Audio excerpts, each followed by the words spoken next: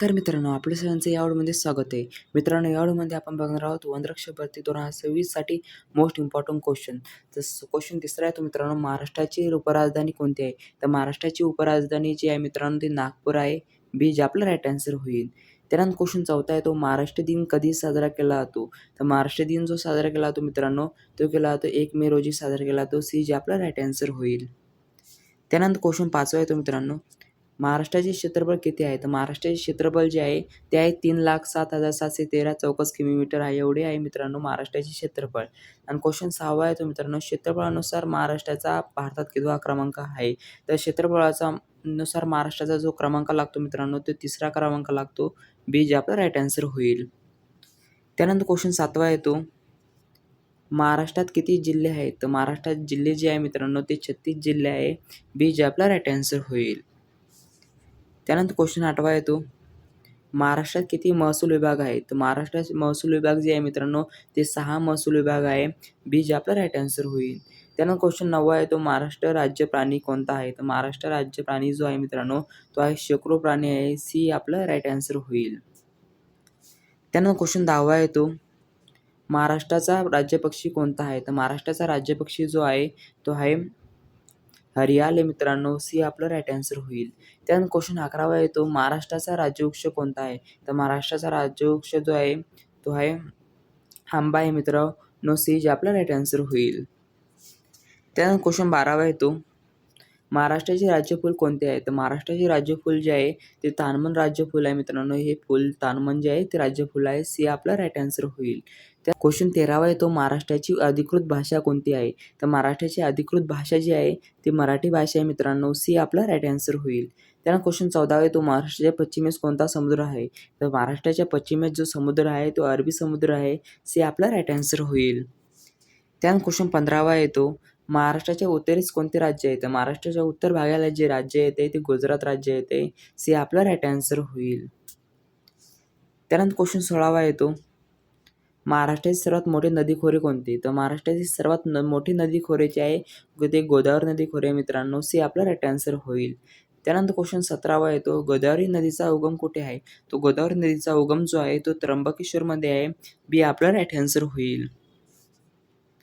त्यानंतर क्वेश्चन 18वा येतो, कृष्णा नदीचा उगम कुठे आहे? तर कृष्णा नदीचा उगम जो आहे तो आहे महाबळेश्वरमध्ये आहे. बी आपला राईट आन्सर होईल. त्यानंतर क्वेश्चन 19वा येतो, महाराष्ट्रातील सर्वात उंच शिखर कोणते?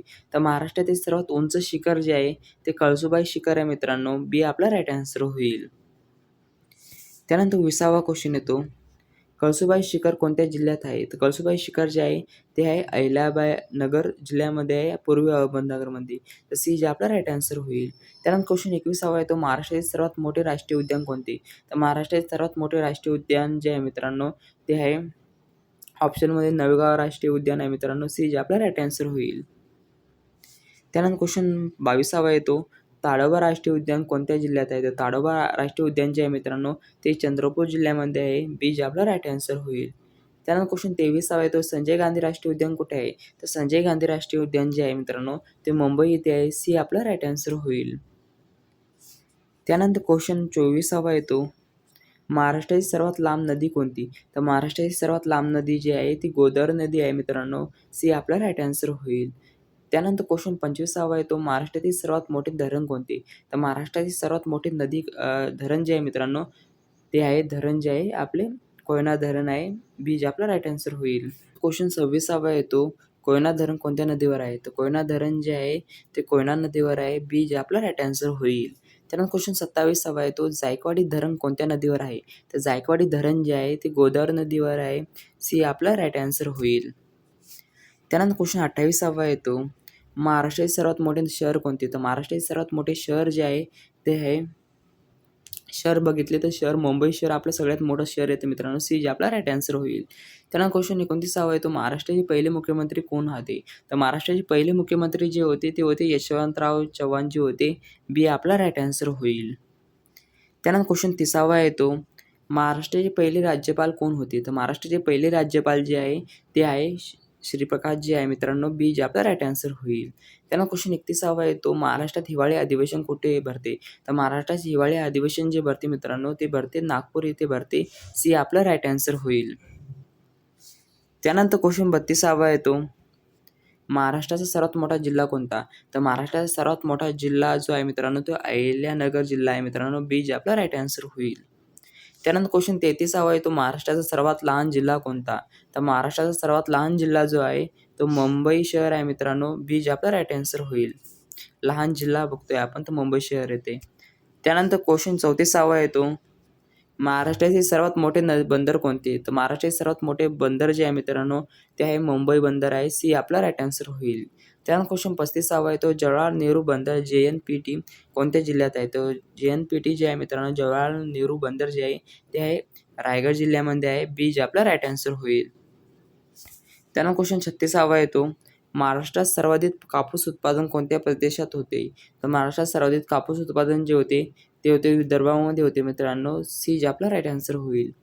त्यानंतर क्वेश्चन 37 येतो, कापूस आंब्यासाठी प्रसिद्ध जिल्हा कोणता? तर हापूस आंब्यासाठी प्रसिद्ध जिल्हा जो आहे मित्रांनो हापूस आंब्यासाठी तो आहे रत्नागिरी जिल्हा आहे. बी जे आपला राईट आन्सर होईल. रत्नागिरी जिल्हा कुठे आहे? तर कोकणामध्ये आहे.